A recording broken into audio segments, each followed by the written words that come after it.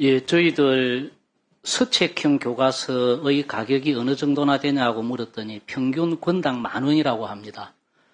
그런데 지금 이제 AIDT가 우리 주장은 30,000원 이야기도 합니다만 업체의 입장은 90,000원에서 120,000원 이런 수준이니까 10배로 비쌀 수밖에 없는 책인데 저희들로서는 이런 어떤 부담을 지방교육 재정으로 감당을 하라고 하는 것은 지나치게 가혹하다는 생각을 하고 준비가 되는 과정에서 교육감협의회하고 교육부하고가 일정하게 협의도 하고 타협을 한 부분도 있습니다만 저희들로서는 이 교과서가 지나치게 이제 교육부에서 시안을 정해놓고 밀어붙이기 식으로 진행이 된 데 대해서는 어떤 교육감으로서 교육자치의 입장에서는 문제점을 지적하고 싶은 생각도 많이 있습니다. 이상입니다. 네, 교육감님께 맞아 묻는데 저희 무상교육도 지금 재의결 요청 받았습니다. 당연히 안 될 것 같은데 그러면 그거에 대한 재정 부담은 또 어떻게 생각하십니까? 저희들 경남의 경우에 고교 무상교육이 1,200억 원 정도 소요됩니다. 그 중에서 반인 600억 원을 저희들이 부담을 해왔는데 이것도 1,200억 원 다를 우리가 부담을 한다면 이것도 재정 압박에 힘이 들 수밖에 없고 유보 통합까지 여기에 더 얻는다면 저희들은 경남의 경우만 해도 6천억에서 8천억 정도의 재정 부담이 소요가 되는데 이거 과연 얼마만큼 정부가 또는 지자체에서 지원을 해줄지도 확인이 안 된 마당에 지금 저희들 지방교육 재정이 상당히 위기에 있다는 말씀드립니다. 그러니까 그렇게 되면은 당연히 학교 시설들 개선하고 이런 것들 다 못하게 되는 거 아니에요? 저희들 전체 예산에서 인건비가 60% 정도입니다. 그나마 한 4, 5년 전에 저희들 재정에 좀 여유가 있어서 기금을 적립해 놓은 것을 가지고 지금 씁니다만 저희들 우리들끼리 모이면 이런 이야기까지도 합니다. 60% 인건비만 줘도 학교는 돌아간다. 그러나 교육이 지금의 시대에 다양한 소프트웨어나 여러 가지 기계 기구를 활용하는 이런 것에서 그냥 이렇게까지 예산을 목을 죄는 것은 과연 교육에 대한 의지가 있나 하는 생각이 들 정도로 저희들은 참담합니다. 박백범 참고인께 여쭤보면 증인이신가요? 여쭤봅니다.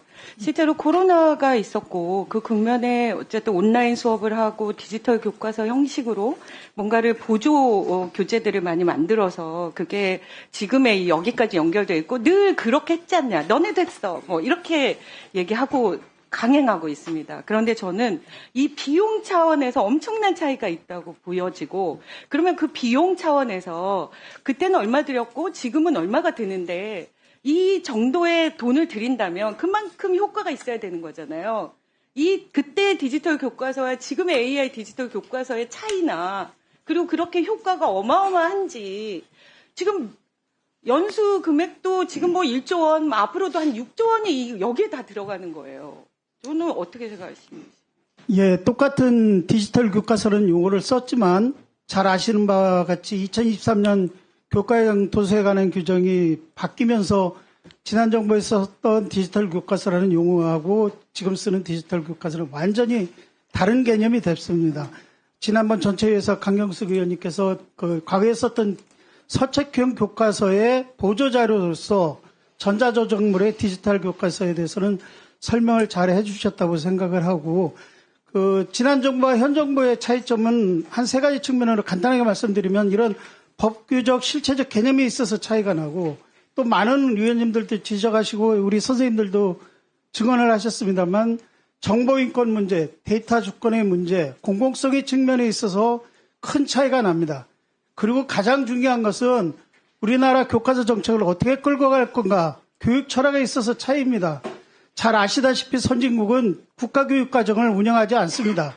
설사 있다고 하더라도 우리가 계략적인 교육과정만 있고 일선에 계신 선생님들이 교육과정을 구성하고 수업 주권을 가지고 그 학교 교실 수업을 이끌어 나갑니다. 그래서 우리도 그런 쪽으로, 즉 교과서도 국정보다는 검인정보다는 자유발행제로 점차적으로 나가야 된다는 게 학자들의 주장이고 또 정부의 방침도 지난 정부에 그렇게 가지고 있었습니다만 이 AIDT라는 게 교과서로서 다시 강행이 된다고 했을 때 시대적인 조류나 정부의 방침과 역진하는 그런 현상이 생깁니다.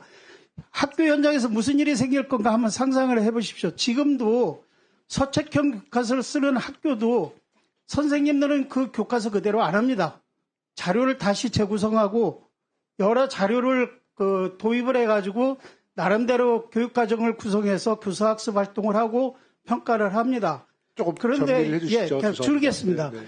그런 거와 마찬가지로 지금 이거를 교과서로 법적으로 묶어놓을 것이 아니라 많은 분들이 얘기하는 것처럼 교육 자료로서 제공을 하고 활용도가 높아지고 이게 유용성이 높다고 한다면 선생님들이 자연스럽게 사용을 많이 하게 될 거고 그러면서 예산도 절감할 수 있을 거라고 생각을 합니다. 아까 마지막 한 말씀 드리겠습니다. 강경수 의원님께서 질의한 거에 장관님이 AIDT는 새로운 길이고 리스크를 줄여나가야 된다고 말씀하셨습니다. 바로 그 얘기입니다. 새로운 길이기 때문에 리스크를 줄여나가면서 예산을 아껴나가면서 실수를 검증해가면서 실수를 줄여나가는 쪽으로 나가야 된다고 생각합니다. 네, 이상입니다. 맞습니다.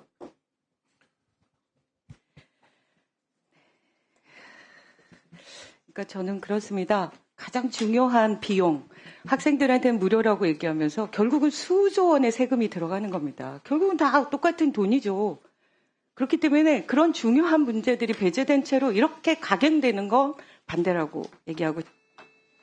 네, 진선미님 수고하셨고요.